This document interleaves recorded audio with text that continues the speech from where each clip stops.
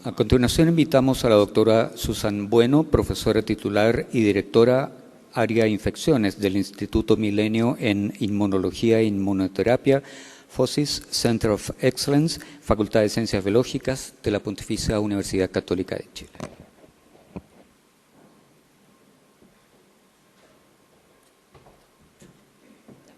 Este parece que es el... Okay. Bueno, muchas gracias. Dado la audiencia que tenemos hartas personas de colegios, voy a hacer la charla en español. I apologize with my international collaborators. I'm going to give my talk in English, in Spanish, sorry, due to the high attendance of school students. But I promise I will be slow. Primero que todo, bueno, me da mucho gusto poder darles la bienvenida y que estén en esta sesión en donde comentaremos un poco y les voy a contar el trabajo que hemos realizado durante COVID-19. No quisiera partir antes sin mencionarles que este simposio, como lo dije inicialmente, es una actividad que se realiza por el Instituto Milenio en Inmunología e Inmunoterapia año a año.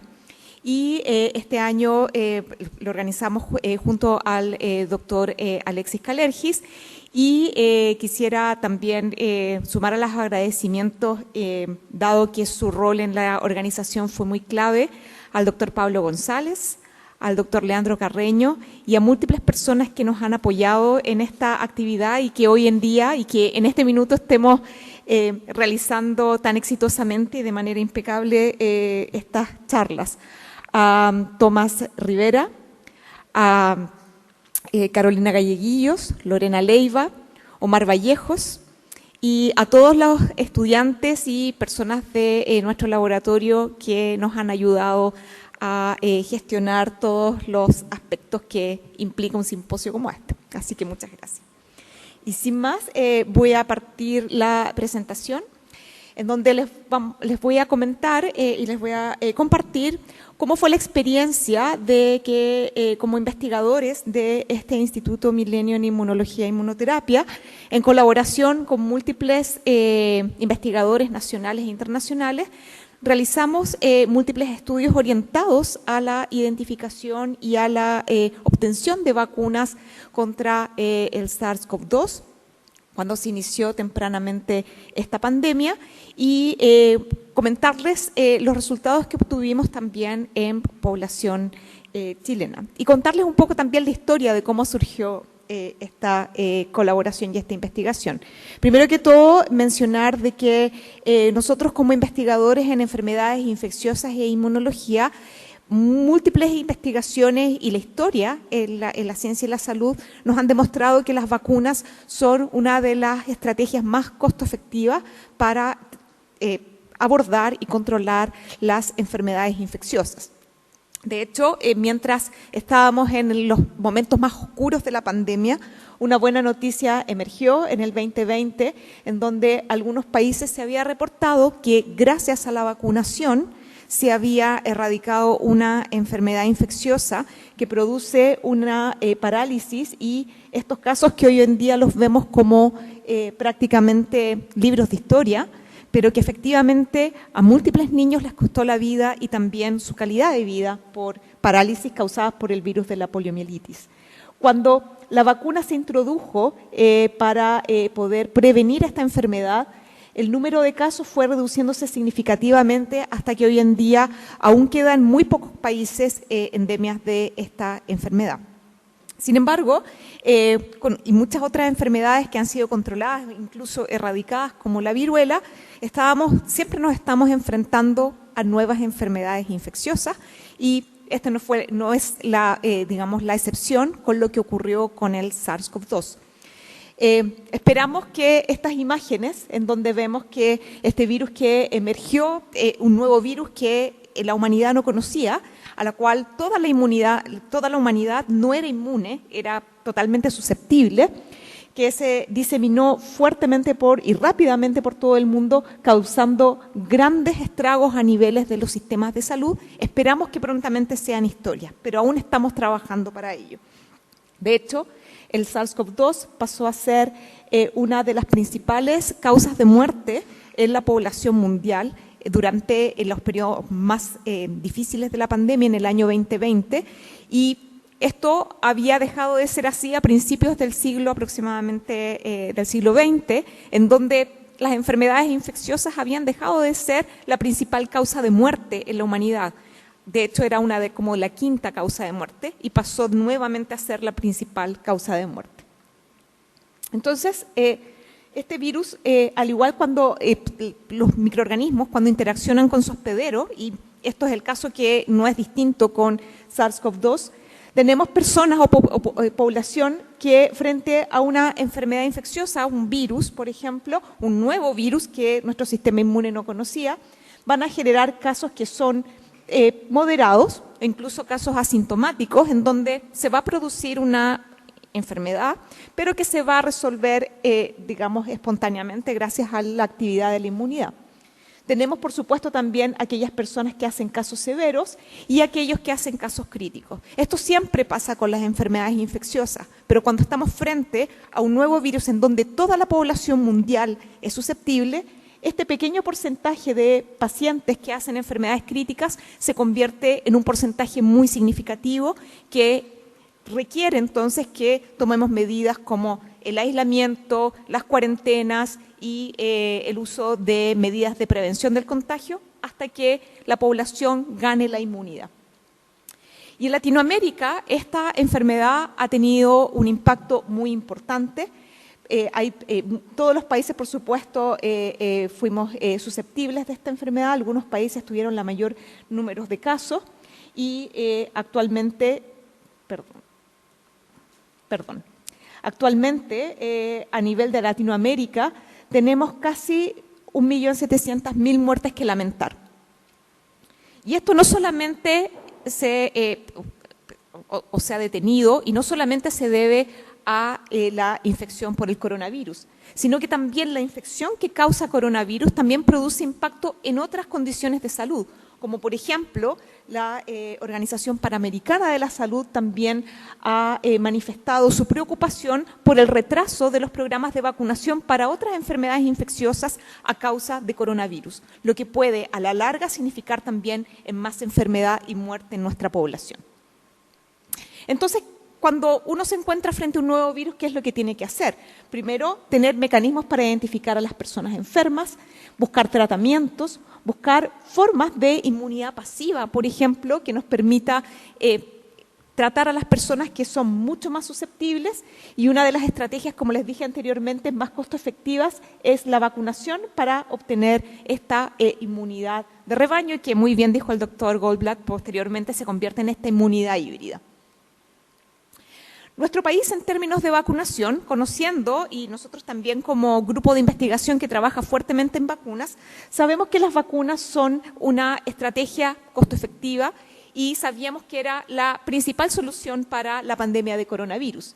Y en términos de vacunación, Chile tiene muchas fortalezas, pero también algunas debilidades. Nuestra fortaleza es que, primero que todo, tenemos una cobertura de vacunación que se ha construido por muchos años, que prácticamente el 95% de la población tiene acceso a las vacunas, y tenemos un programa muy robusto de inmunización desde el nacimiento hasta los adultos mayores. Y esto se ha mantenido por muchos años y ha sido una de las redes que ha funcionado de una manera muy sistemática en nuestro país, y es una fortaleza. ¿Cuáles son nuestras debilidades? Que actualmente no tenemos producción local de vacunas en nuestro país. Dependemos de vacunas producidas en otros países. Por lo tanto, si se produce la reducción de la cantidad de vacunas que se producen en otros países, o emerge una pandemia en donde la cantidad de vacunas disponibles es muy poca, estamos en una posición muy vulnerable. Pero quisiera también reforzar cuáles son otras de nuestras fortalezas. Otra de nuestras fortalezas es que también tenemos una investigación científica básica, aplicada muy fuerte en nuestro país, que nos ha permitido construir nuevo conocimiento y capacidades para el estudio de vacunas contra enfermedades infecciosas. Y dentro de ellos tenemos, y les quiero obviamente dar a conocer nuestro grupo de investigación en la Facultad de Ciencias Biológicas, que trabajamos con investigación y que hemos venido trabajando por casi 2 décadas en investigación en virus respiratorios como el virus respiratorio sincicial. Hemos desarrollado investigación básica, desarrollo de vacunas y nos caracterizamos por ser el grupo de investigación que desarrolló en Chile la primera fase clínica 1 en Chile. Y también lo importante es que evaluamos una vacuna producida por la ciencia chilena. Nosotros trabajamos, somos 3 laboratorios: el Laboratorio de Inmunología Molecular Biomédica, dirigido por el doctor Calergis, de Virus y Inflamación, dirigido por el doctor Pablo González, y de Patogénesis Microbiana, que yo dirijo, junto con las facultades de Medicina y Química y Farmacia.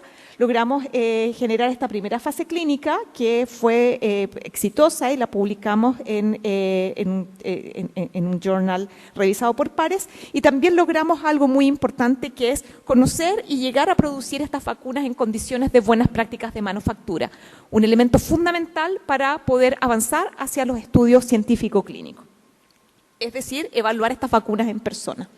Entonces, en este interés por avanzar en esta vacuna contra el virus sincicial, es que en octubre del 2019, estuvimos en un Congreso Mundial de Inmunología, en donde tomamos colaboración personalmente con Sinovac, que es uno de nuestros principales colaboradores, y que estábamos avanzando en el desarrollo de esta vacuna para el virus sincicial, donde nos reunimos presencialmente, y esto es un mes antes de que apareciera el nuevo coronavirus, como ustedes pueden ver, y realizando todos los planes necesarios para probar en un estudio clínico esta vacuna en China. Apareció, por supuesto, un mes después los primeros casos del nuevo coronavirus, y Sinovac, como especialista en vacunas, desarrolló esta vacuna basada en un virus inactivado. ¿En qué consiste esto? En un virus que tiene todos los componentes de la partícula viral, porque es el mismo virus, pero que se trata con compuestos químicos para, de alguna manera, eliminar su capacidad infectiva, que no tenga ninguna actividad biológica en células, pero sí estimula el sistema inmune. Con esta plataforma se desarrolló esta vacuna, que sus resultados, tanto preclínicos como clínicos, fueron publicados en revistas de alto impacto, y una vez que ya se tenía todos los antecedentes para evaluar esta vacuna, para ver si era eficaz esta vacuna contra SARS-CoV-2, nos embarcamos como Instituto Milenio, como país, como universidad, en el desarrollo de esta fase clínica para probar esta vacuna. Y esto estamos hablando mediados del año 2020, cuando el SARS-CoV-2, COVID-19, estaba generando estragos a nivel mundial. ¿Por qué nosotros optamos por estudiar esta vacuna? Como un overview, las vacunas tienen diferentes plataformas. Las más conocidas, o las que se han usado por décadas en la población, en los humanos, son las vacunas basadas en virus vivos atenuados, en virus inactivados, o basados en subunidades microbianas o proteínas. La vacuna inactivada es una de las vacunas tradicionales que tienen múltiples características, entre ellas que es una vacuna o una estrategia de vacunación que previamente se ha evaluado en humanos y se conoce muy bien su perfil de seguridad. Hay muchas vacunas que están basadas en virus inactivados. Las condiciones de almacenamiento para países como, por ejemplo, Chile, Latinoamérica y países que son mucho más pobres que países del norte, son muy apropiadas, porque se pueden guardar en un refrigerador, no necesitan bajas temperaturas o congeladores. Y también la otra característica que tienen las vacunas basadas en virus inactivados en la partícula completa es que no solamente se produce inmunidad contra un componente, como por ejemplo la proteína Spike, sino contra múltiples componentes del virus, porque el virus está completo. Entonces, en esta colaboración que iniciamos con Sinovac y la Universidad Católica, se firmó un acuerdo de colaboración en el que Sinovac proveía, obviamente, esta vacuna para su estudio. En Chile nosotros implementamos este estudio clínico en la Universidad Católica con la Facultad de Ciencias Biológicas y con múltiples otros centros clínicos para poder evaluar en personas la seguridad y la inmunogenicidad de esta vacuna.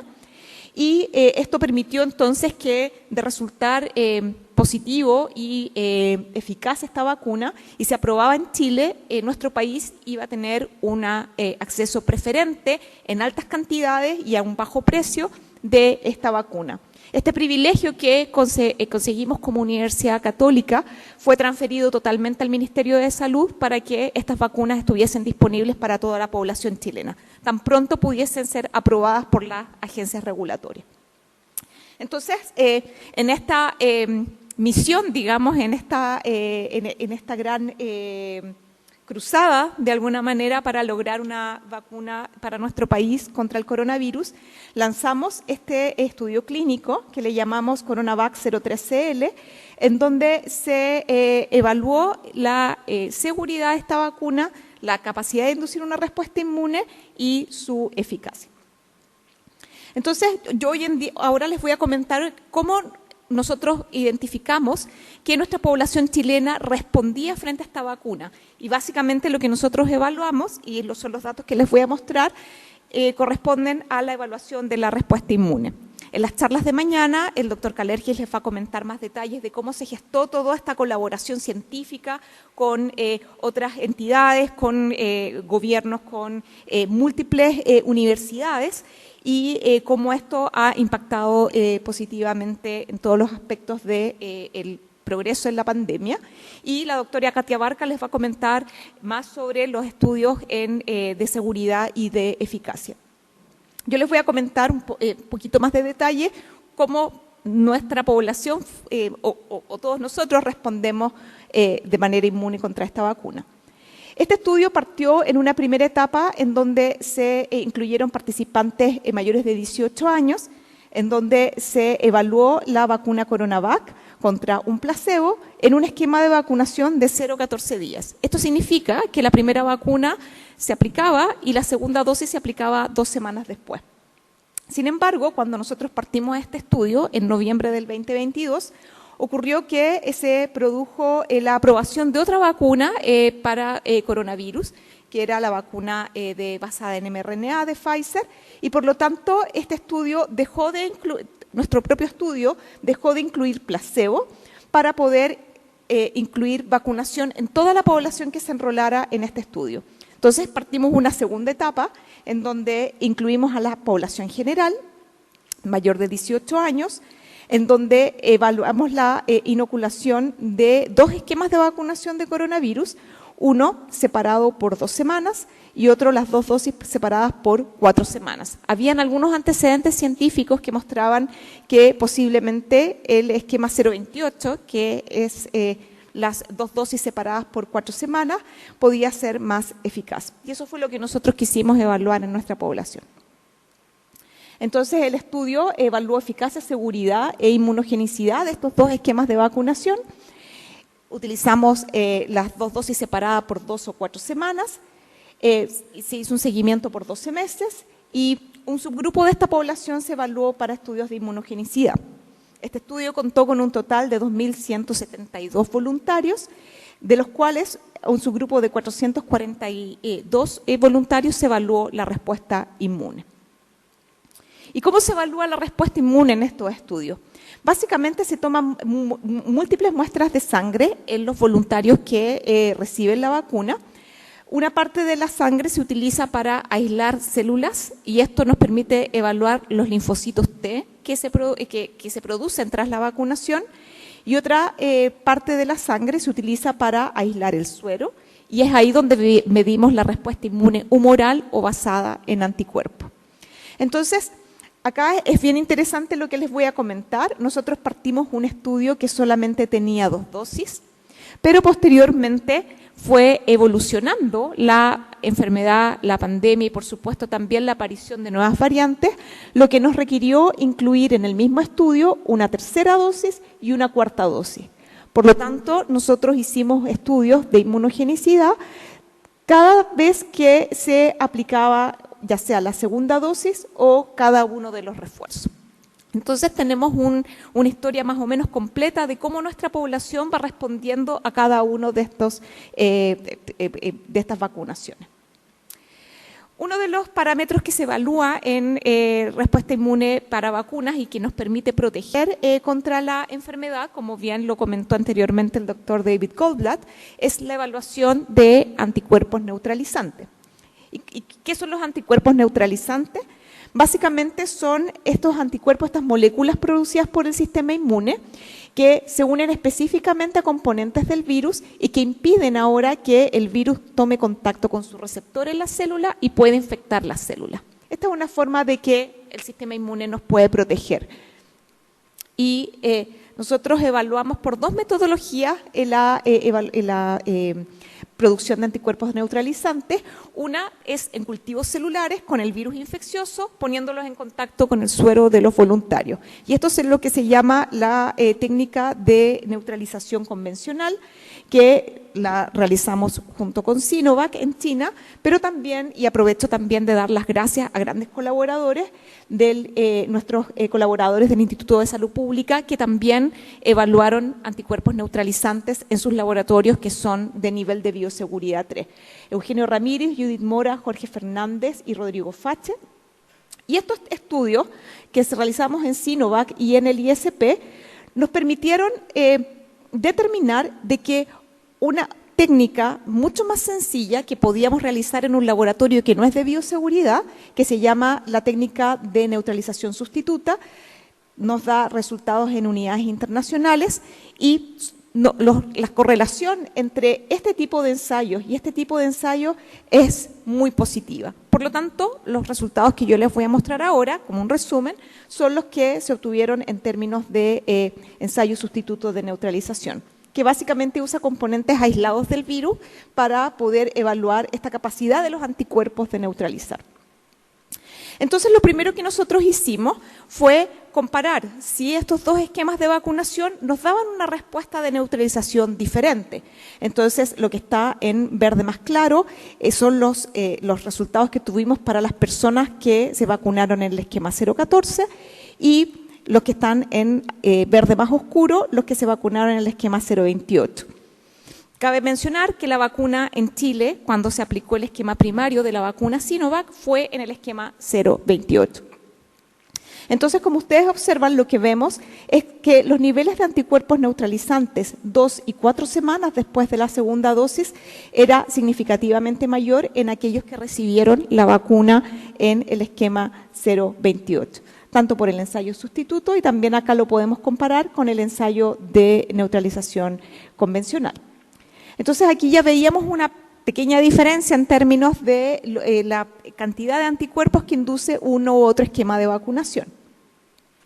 Y este es el escenario completo que nosotros tenemos hoy en día para un grupo de voluntarios que los hemos seguido por más de 1 año y medio y evaluando su respuesta inmune en vacunaciones.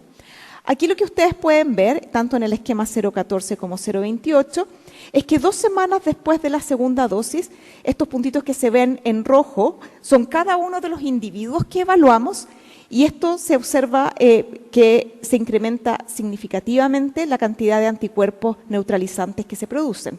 A las 4 semanas después de la segunda dosis, estos anticuerpos se mantienen elevados, pero 6 meses después de la primera dosis, observamos una reducción importante de los anticuerpos circulantes. Y estos resultados, junto con los otros datos de eficacia y lo que se iba conociendo en el campo científico, dieron pie a que se aplicara una dosis de refuerzo. E interesantemente, 4 semanas después del primer refuerzo, lo que le llamamos la tercera dosis, los niveles de anticuerpos neutralizantes que se ven acá aumentaron mucho más de lo que habían aumentado cuando se aplicaron las 2 primeras dosis. Estos anticuerpos se mantuvieron elevados 6 meses después de la tercera dosis, pero empezaron a reducirse. Y es aquí, dado la presencia de nuevas variantes, que fue necesario incluir un segundo refuerzo o una cuarta dosis, en donde vemos que 4 semanas después de la cuarta dosis se produce nuevamente un incremento de los anticuerpos neutralizantes. Acá esto nos está diciendo, y lo que estamos observando, es que el grado de incremento de anticuerpos neutralizantes entre cada dosis es equivalente entre los dos esquemas de vacunación. Y posteriormente nosotros quisimos evaluar si estos anticuerpos podían también unirse a las variantes de preocupación. Entonces, nuevamente evaluamos, perdón, esto pasa demasiado rápido. Utilizando las tres primeras muestras que obtuvimos o la información que obtuvimos después de las dos primeras dosis y después del primer booster, utilizamos en colaboración que está hoy en día y que también le quiero dar enormemente las gracias porque fue un trabajo muy importante y con mucha generosidad el doctor David Goldblatt, que les acaba de presentar, nos apoyó en estos resultados, evaluar cómo funcionaban estos anticuerpos frente a las variantes de preocupación. Entonces, lo que observamos acá, lo pongo sin análisis para que se pueda apreciar gráficamente, que los resultados que se obtuvieron en el esquema, en los sujetos inmunizados con el esquema 014 y 028, después de 4 semanas después de la segunda dosis, eran muy equivalentes, y que después de la tercera dosis, o 4 semanas después de la tercera dosis, estos niveles en ambos esquemas de vacunación, 014 y 028, incrementan. Ahora, viéndolos con comparaciones y con análisis estadístico, se ve de esta manera, es un poco complejo, pero netamente queremos mostrar de que si vemos cómo responden en términos de la proteína spike ancestral, tanto en el esquema 014 y 028, después de las 4 semanas después de la segunda dosis, son equivalentes. Después de la tercera dosis, vemos que incrementan, pero que cuando evaluamos las respuestas contra las diferentes variantes, en todos los casos se ve una reducción equivalente. Y de hecho, la mayor reducción que se observa, como él también mostró para otras plataformas vacunales, es la respuesta contra la variante Omicron. Como ustedes pueden ver, aquí esta es la barra de la media de digamos, el título o las unidades de anticuerpo. Baja importantemente, si lo comparamos entre segunda y tercera dosis, incrementa, pero sigue siendo un nivel más bajo de lo que se observa para la cepa ancestral. Estos resultados también nosotros los comparamos o utilizamos una tercera técnica de neutralización en donde utilizamos un virus pseudotipiado, es decir, un virus que no es coronavirus pero que expresa en su superficie la proteína spike del coronavirus y evaluamos la respuesta contra la variante Delta y la variante Omicron. Y como ustedes pueden ver por los números que están sobre cada uno de estos grupos de datos, es que se produce una reducción importante de la cantidad de anticuerpos neutralizantes que se producen o que son capaces de neutralizar a la variante Omicron.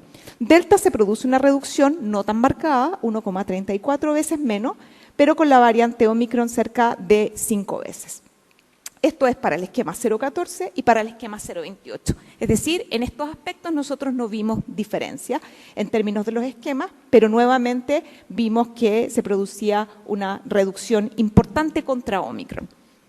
Estos resultados también aprovecho también de agradecer a nuestros colaboradores en la Universidad de Chile, el laboratorio del doctor Ricardo Sotorrifo, quien apoyó con estos ensayos de neutralización en virus pseudotipiado. Y no solamente la respuesta inmune se compone de anticuerpos, una rama muy importante de la inmunidad es la respuesta inmune celular. Y la respuesta inmune celular, como les comenté inicialmente, también la medimos en sangre periférica, en donde se evaluó la respuesta de los linfocitos T. Ahora, ¿cómo podemos hacer eso en un laboratorio? Básicamente hay 2 técnicas que nosotros utilizamos, una que se llama ELISpot, que nos permite contar estos puntitos que ustedes ven acá, es una célula específica de coronavirus que secreta una citoquina que se denomina interferón gamma, que es los datos que les voy a mostrar. Y también se puede evaluar por otra técnica que se llama citometría de flujo, que nos permite evaluar miles de células o millones de células que se estimulan con proteínas de coronavirus y existen marcadores que se han descrito en estas células que indican que son específicas. Y este ensayo y estos estudios los hicimos en colaboración y nuevamente gracias a la comunidad científica y a la colaboración que logramos obtener con nuestros colaboradores internacionales de la Joya Institute for Immunology, del doctor Alessandro Sete, Daniela Weisskopf y Alba Grifoni, que está hoy en día acompañándonos en este simposio y que la primera charla de la tarde será entregada por ella. Como nos apoyaron a través de la síntesis de múltiples péptidos que son derivados del proteoma completo del virus o de todas las proteínas del virus y que se ponen en contacto con estas células del sistema inmune y que cuando las reconocen se produce esta lectura, ya sea por ELISpot o por citometría de flujo. En resumen, esto fue lo que encontramos en nuestra población chilena, que también fue muy interesante que se pudiera reproducir con lo que pasaba en otros países y en otros laboratorios.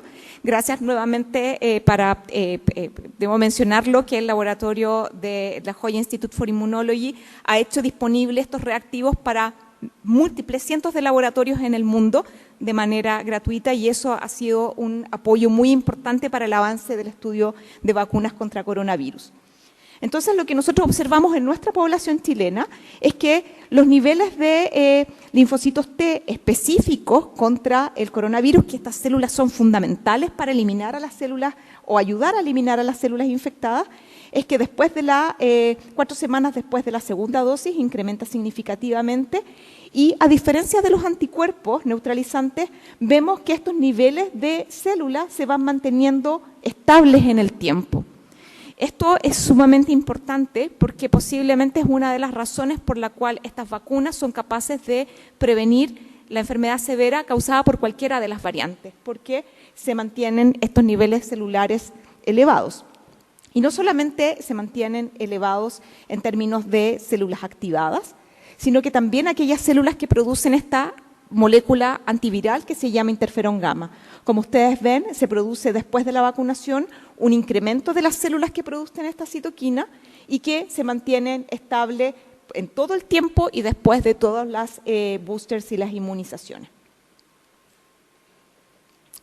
Yo les comenté que estas células se mantienen y funcionan contra otras proteínas de otras variantes, ¿verdad? Y esto lo comprobamos también utilizando péptidos que derivaban de las variantes gamma, delta y ómicron, y evaluamos las muestras de los voluntarios 4 semanas después de la segunda dosis, mucho antes que aparecieran estas variantes, estamos hablando en tiempo, y 4 semanas después del primer refuerzo. Y como ustedes ven, se produce en términos de después de la segunda dosis, no hay cambios significativos, aquí se ve una leve reducción después de la tercera dosis para gamma, delta y ómicron, pero que no es significativo y la conclusión netamente es que estas células se mantienen y pueden seguir reconociendo las variantes. Esto a través de ELISpot, lo mismo a través de citometría de flujo. De hecho, este es un resultado que todavía estamos explorando. Vemos que incluso en algunas personas se produce un incremento aún mayor de reconocimiento contra la variante Omicron de linfocitos T activados. También evaluamos la respuesta de linfocitos T, ya sea por ELISpot, para la variante delta y ómicron después de del segundo refuerzo y vemos que estos niveles, si bien se mantienen equivalentes o bajan levemente, los cambios no son significativos, por lo tanto seguimos manteniendo este nivel de linfocitos T equivalentes en el tiempo. Lo mismo para los linfocitos T que son evaluados por citometría de flujo. Los niveles se ve una leve reducción, pero estos niveles se mantienen estables, las diferencias no son significativas y pensamos que se está empezando a producir un cambio en donde estos linfocitos T empiezan a poblar otros tejidos diferentes de sangre periférica donde normalmente los evaluamos. Entonces, como conclusiones, nosotros demostramos con nuestros datos que CoronaVac induce la producción de anticuerpos neutralizantes, aproximadamente el 90% de los vacunados, después de la segunda dosis, pero esta seropositividad o esta cantidad de anticuerpos se reduce significativamente después de 6 meses. Los boosters permiten incrementar los niveles de anticuerpos neutralizantes y mantienen los niveles de respuesta inmune T. CoronaVac induce la producción de células T específicas y productoras de interferón gamma, contra el SARS-CoV-2 a los diferentes tiempos post-vacunación, y estos se mantienen estables en el tiempo. Si bien los anticuerpos inducidos por CoronaVac son capaces de neutralizar a las variantes de preocupación, se requiere una cantidad mucho más alta de anticuerpos para poder hacerlo. Por lo tanto, esto justifica también el uso de vacunas actualizadas que incluyan a las nuevas variantes. Y los niveles de interferón gamma y de linfocitos T derivados que responden a la proteína Spike de variantes de preocupación se mantienen en los voluntarios vacunados con CoronaVac. Por lo tanto, nuestros resultados permiten concluir que la vacuna inactivada contra coronavirus es segura. Ustedes van a ver los resultados mañana, los estudios clínicos y de seguridad. Es inmunogénica, lo que yo les mostré hoy en día, y eficaz también en adultos, que es también datos que mañana el doctor Kalergi y la doctora Barca les van a mostrar. Y otro aspecto muy importante, que en la charla de la tarde del doctor Pablo González va a demostrar que CoronaVac no solamente induce anticuerpos contra Spike, sino contra varios otros antígenos del SARS-CoV-2, y que eso es también una ventaja que aporta esta vacuna y que se ha descrito en las vacunas inactivadas, especialmente en los datos de nuestro país. Nuestros resultados han ido también en paralelo en trabajo con otros colaboradores y sobre todo en su momento con el Ministerio de Salud, que mostraba que efectivamente la vacuna de coronavirus o CoronaVac tenía a nivel poblacional una efectividad muy alta, especialmente para prevenir muerte y enfermedad severa y hospitalización, y que también los refuerzos permiten incrementar la efectividad de estas vacunas, y estos datos también los va a presentar el doctor Rafael Arauz, que viene a presentarnos en una de las charlas de la tarde. Entonces, quisiera terminar agradeciendo a todas las fuentes de financiamiento y a todos los que nos apoyaron en estos estudios. Sinovac, por supuesto, que confió en nosotros y colaboramos fuertemente para poder trabajar en esta vacuna en conjunto, y que hemos logrado múltiples, logros en nuestro país y en el mundo. A las fuentes de financiamiento, el gobierno, la CPC, también a nuestros colaboradores internacionales, especialmente a PATH, que nos ayudó y nos dio apoyo y logístico y de contactos muy importantes para este estudio, a nuestros colaboradores del ISP, al FOSIS Center of Excellence, por supuesto, la Universidad Católica, el Instituto Milenio en Inmunología e Inmunoterapia. Y aquí yo me quiero detener un poco, porque creo que este trabajo no hubiese sido posible sin el gran apoyo de estos investigadores jóvenes que ustedes ven acá, increíblemente comprometidos en los peores momentos de la pandemia. Ellos ahí, como ustedes los ven, con mascarilla, con escudo facial, trabajando todos los días incansablemente, al equipo clínico, por supuesto, todos nuestros colaboradores internacionales, a Sinovac, y al equipo CORE, está muy sensible esto, el equipo CORE, que han sido claves para este trabajo. El doctor Alexis Kalergi, que ha sido director general de estos estudios clínicos, Pablo González, director ejecutivo, Leandro Carreño, director científico, junto con Jorge Soto y conmigo, la doctora Katia Barca, José Vicente González, también en nuestros equipos que nos sumamos a otros estudios en niños, Cecilia Perret, Nicole Lecor, Javier Álvarez, así que todos ellos han sido súper fundamentales, a las facultades de Ciencias Biológicas, de Medicina, de Química y Farmacia, que hemos tenido un apoyo increíble para estos estudios. Y, por supuesto, compartirles la emoción que tuvimos cuando llegaron por primera vez este cargamento de vacunas masivos a Chile para poder vacunar a la población chilena, transportando por todo nuestro país estas vacunas y sintiendo que era un logro compartido de todos nosotros. Esta súper linda colaboración que hemos hecho con Sinovac y que nos ha permitido seguir evaluando vacunas y haciendo ciencia en vacunas con ellos. Y, por supuesto, a todas las personas que han confiado en nosotros y que nos han agradecido de múltiples formas el trabajo que hemos hecho. Así que muchas gracias.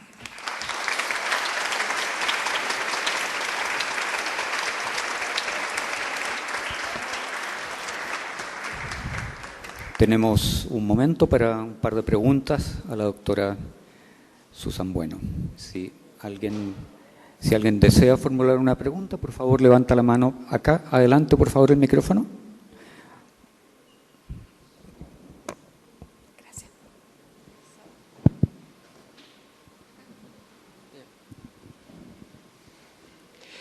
este proceso no crearía... Un momento, por favor, di tu nombre y de dónde vienes. Hola, me llamo Renato y soy del Colegio Salesiano de Macul, de Camilo Urtur Salmón. Mi pregunta es, ¿este proceso de inmunitario no crearía virus que más que nada pueden defenderse de varias formas de defensa de nuestro cuerpo y puede transmitirse más que nada a otros seres vivos como animales de ganado? ¿Me puedes repetir la pregunta? No escuché la primera parte, perdón. Que este proceso de defensa no crearía virus multidefensivos que se transmitirían a otros animales como seres vivos de ganado. Cerdos, vacas, pollos, que se reproduzcan en otros lugares, que no sea el cuerpo humano. A ver, según entiendo la pregunta, si las vacunas podrían prevenir que se transmitieran a otros animales o que los virus de otros animales se transmitan al humano. Que las vacunas puedan funcionar en los otros seres humanos. Que las vacunas puedan funcionar, claro. O sea, las múltiples plataformas que se utilizan para inducir inmunidad, efectivamente también pueden funcionar para proteger a otros seres vivos contra este virus. Pero es importante tener en cuenta dos cosas. Hay virus que son específicos del humano o que están más adaptados para el humano y que no van a producir enfermedad en otros animales. Y por lo tanto, tú puedes vacunarlos contra las vacunas del humano, pero van a tener una acción que va a estar ok para ellos, pero no va a necesariamente producir inmunidad o protección contra virus que son específicos para este tipo de animales. Por ejemplo, si pensamos en el caso de coronavirus, existen múltiples coronavirus que son específicos para murciélagos, para otros tipos de animales, por ejemplo, el MERS, que es de camellos, y que están adaptados para estos animales. Y cuando producen algunas mutaciones son capaces de pasar al humano. Y nosotros podemos estudiar estas vacunas obviamente en el humano, pero un proceso equivalente de diseño de vacunas y de evaluación de vacunas se pueden hacer en diferentes animales.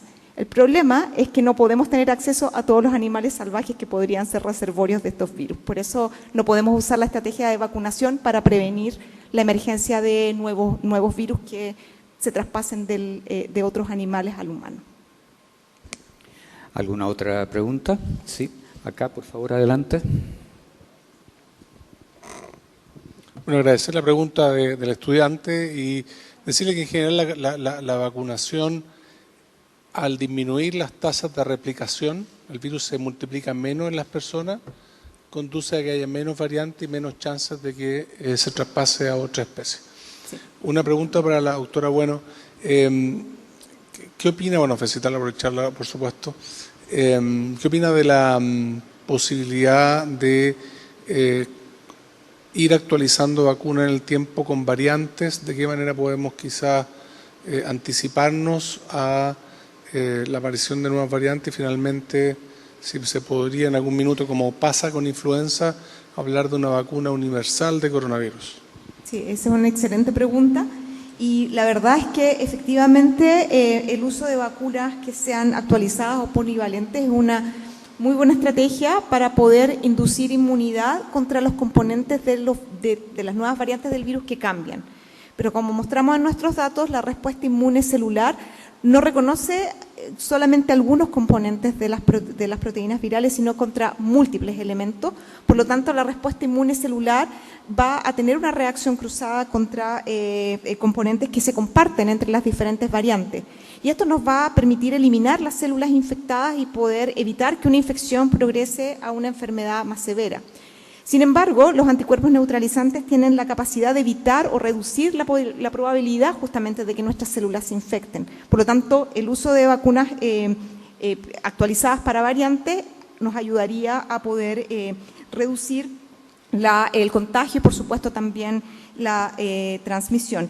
Y sería ideal poder predecir eventualmente en el futuro. Yo creo que todavía estamos muy temprano para predecir cuáles van a ser las próximas variantes. Posiblemente vamos a pasar en una etapa, hay que demostrarlo científicamente, es lo que yo puedo, digamos, deducir o inferir, de que hay algunas variantes que se van a poder comenzar a eventualmente recircular y uno las va a poder predecir para vacunar antes contra esas variantes, como ocurre actualmente contra la influenza. Pero la experiencia nos mostró que se han producido múltiples variantes que parecieran ser mucho más contagiosas o mucho más severas, pero que han tenido un pic muy bajo y posteriormente predomina otra variante que no se anticipaba que iba a ocurrir. Así que yo creo que todavía faltan varios años para poder conocer cómo pueden ir evolucionando o siendo la dinámica de aparición de diversas variantes ya existentes o nuevas variantes. Muchas gracias. Ok, agradecemos nuevamente a la doctora Susan. Una última pregunta y ya, la última. Gracias. Gracias por la presentación, doctora Bueno. En relación a las variantes y al trabajo que ustedes realizaron, ¿usted cree que hubo alguna contribución de la infección natural, especialmente pensando que en Chile circuló mucho más variante lambda? Si eso contribuyó quizás como refuerzo natural a aumentar la inmunidad y lo que usted mostraba con respecto a la neutralización de las variantes.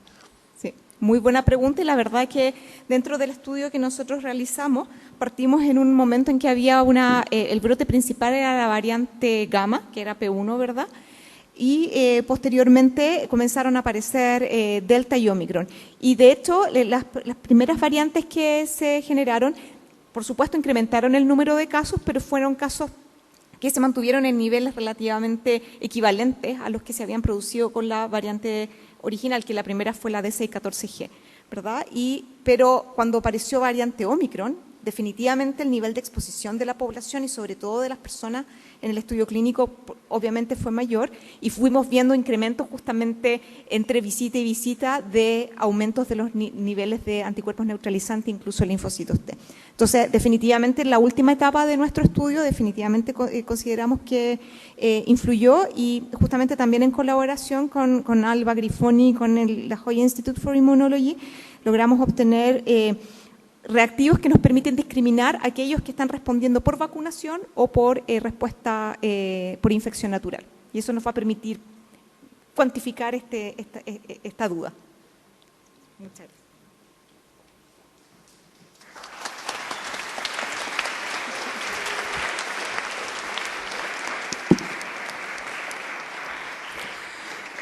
Agradecemos nuevamente a la doctora Susan Bueno.